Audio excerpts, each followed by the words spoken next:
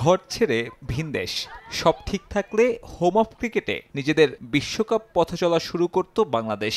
তবে রাজনৈতিক অস্থিরতায় সেই ম্যাচ ভেন্যু এখন শারজাতে।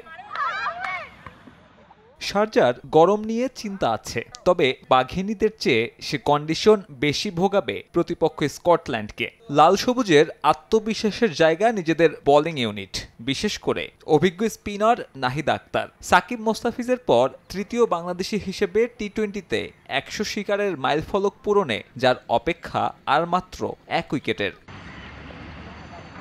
বিশেষ মাইলফলকের সামনে দাঁড়িয়ে বাংলাদেশ অধিনায়ক নিজেও প্রথম বাংলাদেশি হিসেবে মেয়েদের ক্রিকেটে 100 আন্তর্জাতিক টি-20 খেলার অপেক্ষায় জ্যোতি। মাইলফলকের ম্যাচটা জয় দিয়ে রাঙাতে চান এই উইকেট রক্ষক ব্যাটার।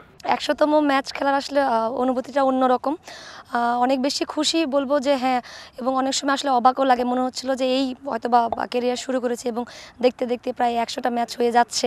যদি আল্লাহ পাক সুস্থ রাখেন আগামীকালকে সেটা হবে। সো দিক থেকে আমি অনেক বেশি আনন্দিত এবং সবথেকে বেশি খুশি হব যেন এই 100তম ম্যাচে যদি আমি বাংলাদেশের জয়ে নিজের কোনো কন্ট্রিবিউশন রাখতে পারি, সেটা হবে আমার জন্য সবথেকে মেমোরেবল। দেশের মাটিতে লম্বা সময় অনুশীলন ক্যাম্পের পর টুর্নামেন্টের আগে দুই এশিয়ান জায়ান্টের বিপক্ষে দুটি প্রস্তুতি ম্যাচ খেলে বাংলাদেশ। প্রথমটায় লঙ্কানদের কাছে হারলেও পাকিস্তানকে হারিয়ে প্রস্তুতিটা খারাপ হয়নি Nigar Sultana জ্যোতিদের। I think we are representing to 200 million in this tournament, so everyone is looking forward to this tournament. I think when you talk about the first two games, practice games, the first game didn't go as we expected, but the second game against Pakistan, girls played really well. So the tournament is very much live and positive for Bangladesh. প্রথমবারের মতো বিশ্বকাপে জায়গা করে নেয়া স্কটিশদের বিরুদ্ধে পরিসংখ্যানটা দারুণ বাঘিনীদের। 4 দেখায় 4 বারই জয় পেয়েছে লাল সবুজের প্রতিনিধি। তবে সে সংখ্যার হিসেব ছাপিয়ে দীর্ঘ 10 বছরের আক্ষেপ অবসানের সুযোগ জ্যোতি নাহিদাদের সামনে।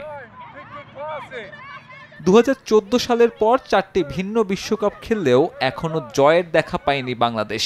এবার সুযোগ সেই আক্ষেপ মেটানোর। গ্রুপ বি এর প্রথম ম্যাচে ফুল ফিট স্কোয়াড পাচ্ছেন কোচ হাসান তিলকারাত্নে।